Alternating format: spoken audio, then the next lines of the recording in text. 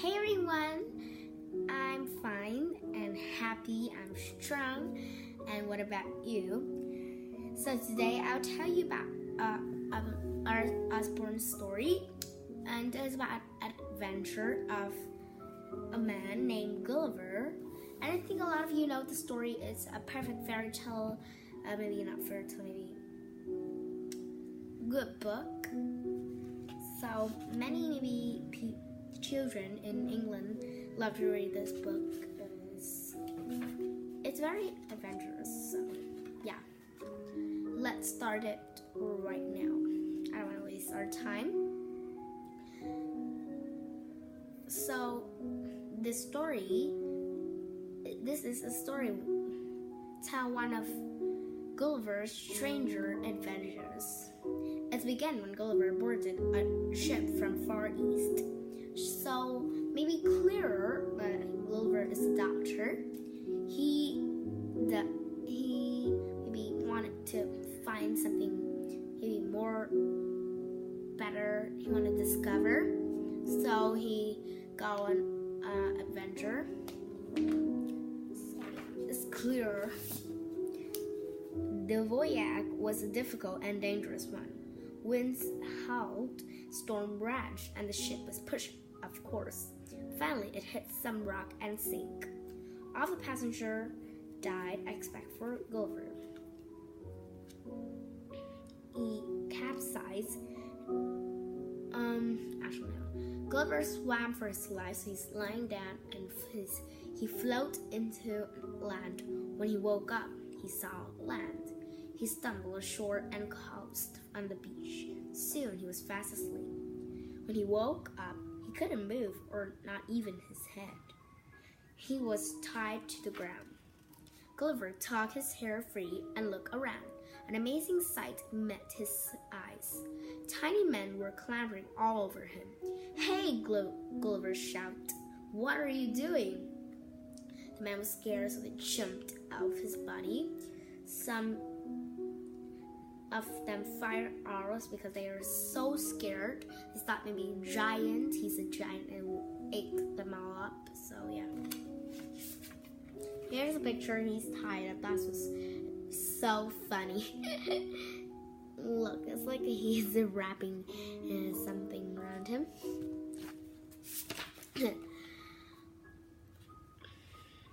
So the next thing they do is they call an Oh, wait a minute.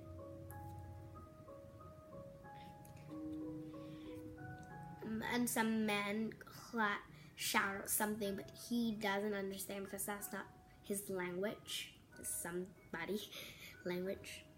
He was hungry, so he pointed to his mouth. "Hungry," he said. The man must have understood him because a crowd appeared carrying a huge amount of very small food. Gulliver grabbed it all. Pretend you're a person and you're in a Barbie doll. You know Barbie, right? There's dolls. So yeah, pretend you're in a Barbie doll and they feed you with their food, but they're real food and they live like real life. Pretend like that. That would be so funny. Pretend like a small mini meat or a loaf of bread. How funny it would be. So here's a picture. Look like they're dolls and they can't feed him. They're like mini robots.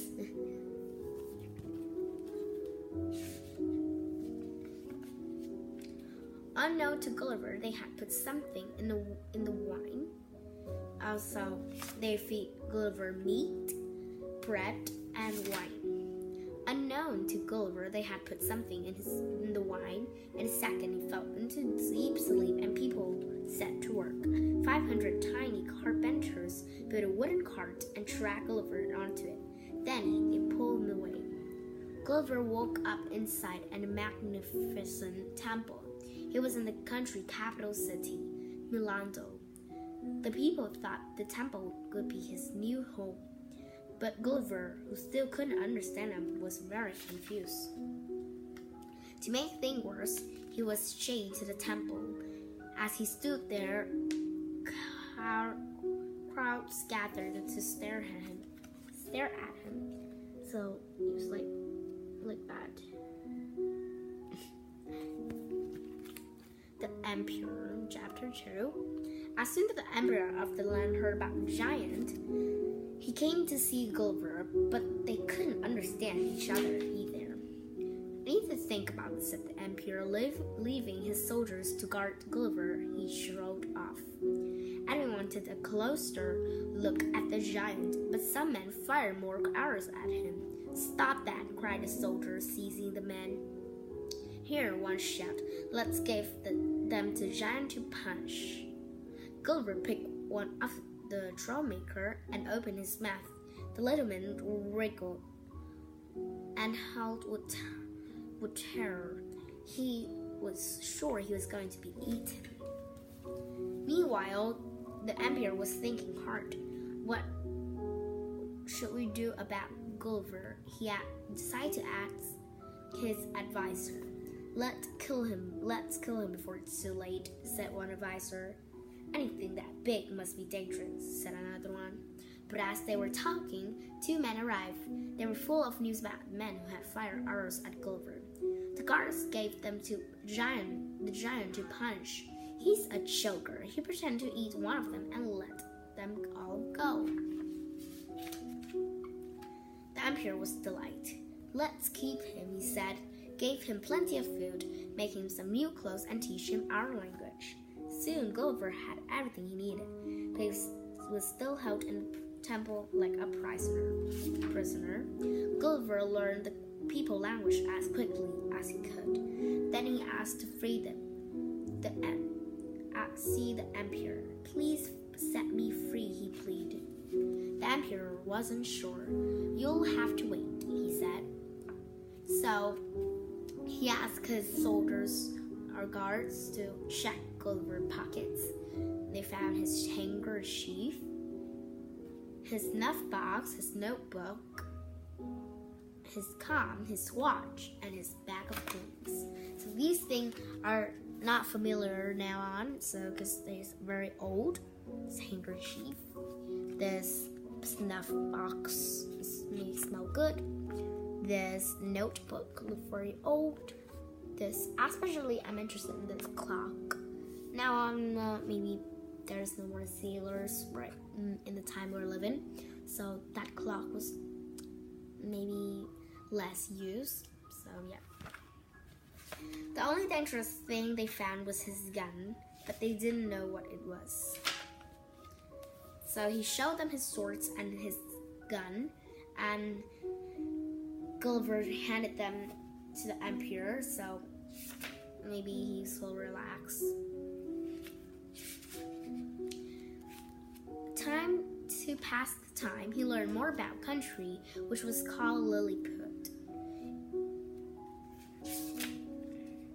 Every day, Gulliver begged aloud to leave the temple.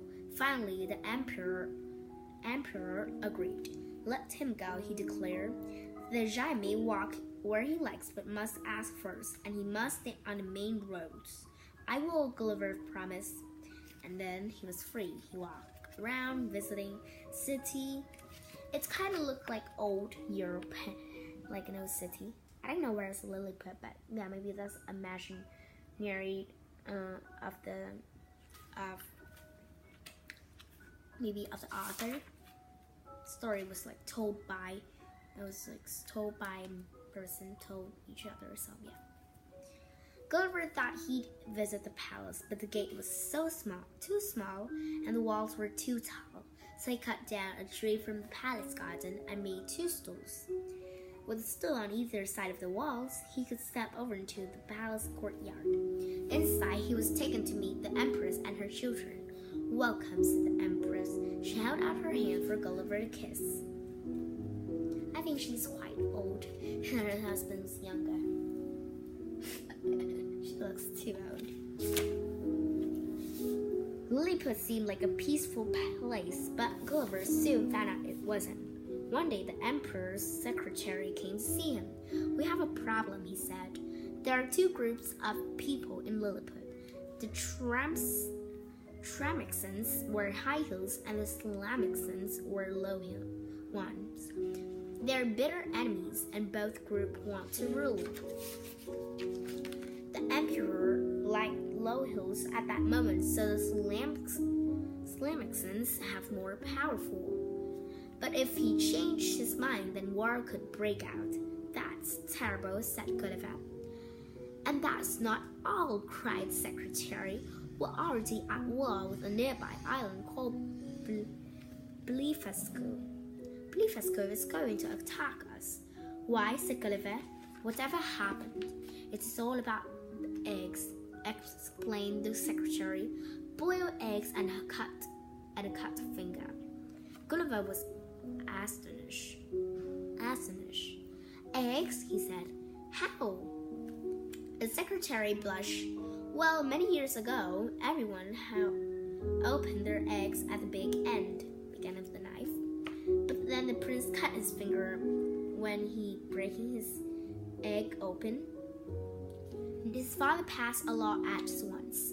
No one was to crack their eggs but the big end ever again. Eggs always had to be eaten from the smaller end. Lots of people refused to obey the law. They were ready to die over it, and some were killed, but others fled to Blefuscu because there were people still crack their egg and big end. So that's just a small problem. I did not know why people, wanted to have that law when they would be died. It's nothing. We've been at war ever since, and now the Blefuscu fleet is going to invade Lilliput. You have to help us, the secretary pleaded. Please. All those who open their eggs at the big end, charge. Gulliver listened carefully to the sad tale. I'll see what I can do, he said. So he used his So he watched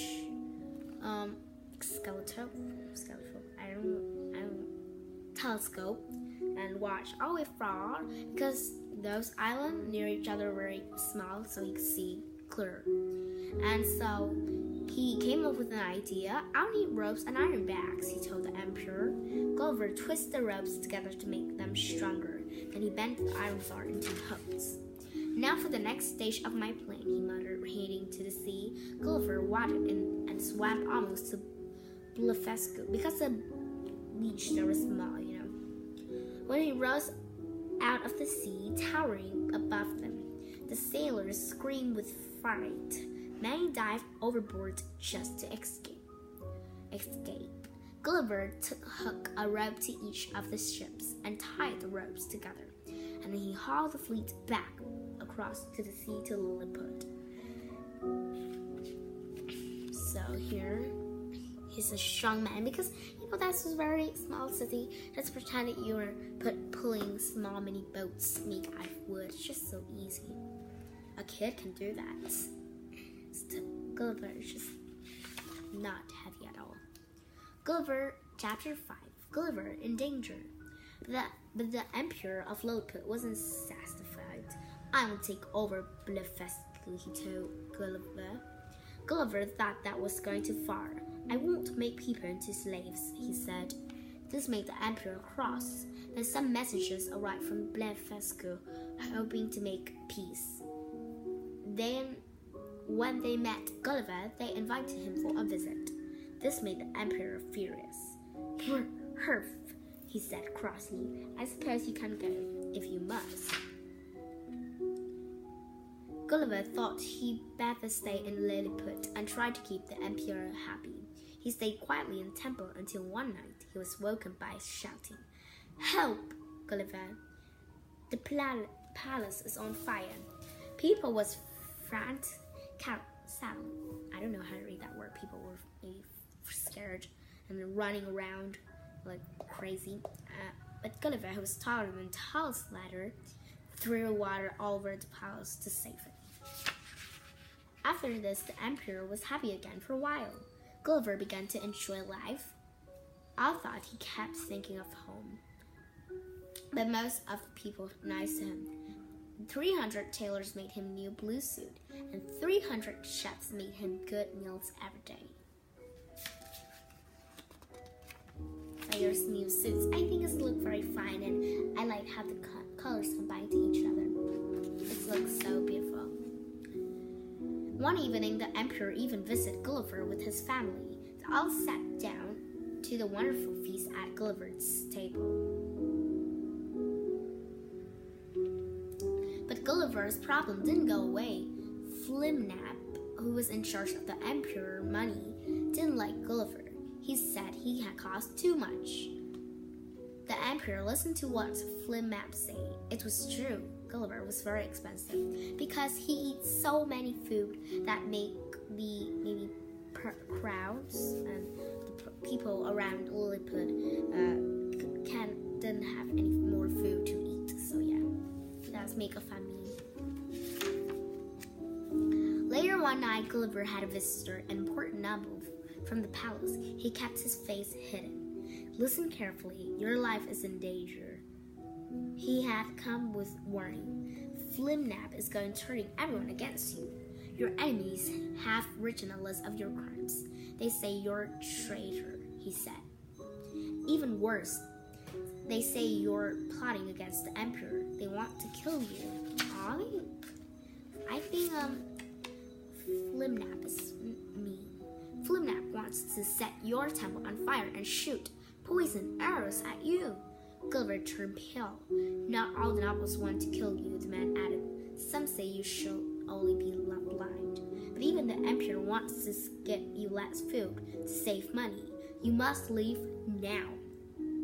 Gulliver didn't waste any time. Quickly, he scribbled a letter to the emperor. I'm off to visit Blefuscu, as I promised, he wrote. Then he hurried down to the sea and undressed. He piled his clothes in the biggest ship and he could find and waded into the sea between Lilliput and Blefuscu. So off he went to that island, and the king maybe liked him. He said, "Welcome," cried the king. "Stay as long as you like." "I'm very grateful, your majesty," answered Gulliver happily. So here's the picture that he was like that. If you want to buy this series of Usborne book, please come to my bookstore. I still have a lot of them. Maybe one set, because less people didn't buy this. I have like a whole set of purple. It have like every books that I read for you each week have this book. So yeah, it's a bit expensive, but I think it's very useful. Maybe every day at night you could read it. It's good. Grown up can read it too. My mom loved it. So, walking onto the beach a week later, Gulliver spotted something strange out of the sea. It looked like a boat. It was a small boat, but a full-size one floating upside down in the water. Gulliver pushed to the king. "Please help me," he begged. "This could be my chance to go home. Can you please help me rescue the boat?" "Of course," said the king. "Take some ships to help you." Gulliver swam over to the boat, holding ropes from each of the ships. With the ships pulling and Gulliver pushing, the boat was brought safely to the shore. Gulliver sat fixing the boat for a long journey home. While he carved the tree trunk to make a mast, some of the king's men helped a new sail.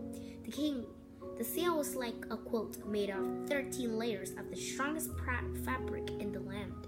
So they very helpful for Gulliver. Soon the boat was finished. "I would like to leave now," Gulliver told the king, "but no one at home will believe my story. Could I take some of your people with me?" "I can possibly allow that," said the king, "but you may take some cows or sheep or two.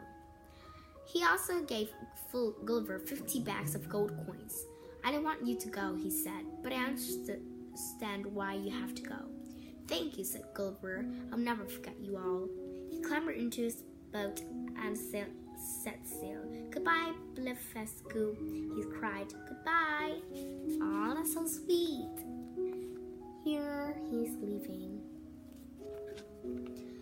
After only a few days at the sea, Gulliver saw a ship. He shouted and waved wildly, hoping sailors would see him.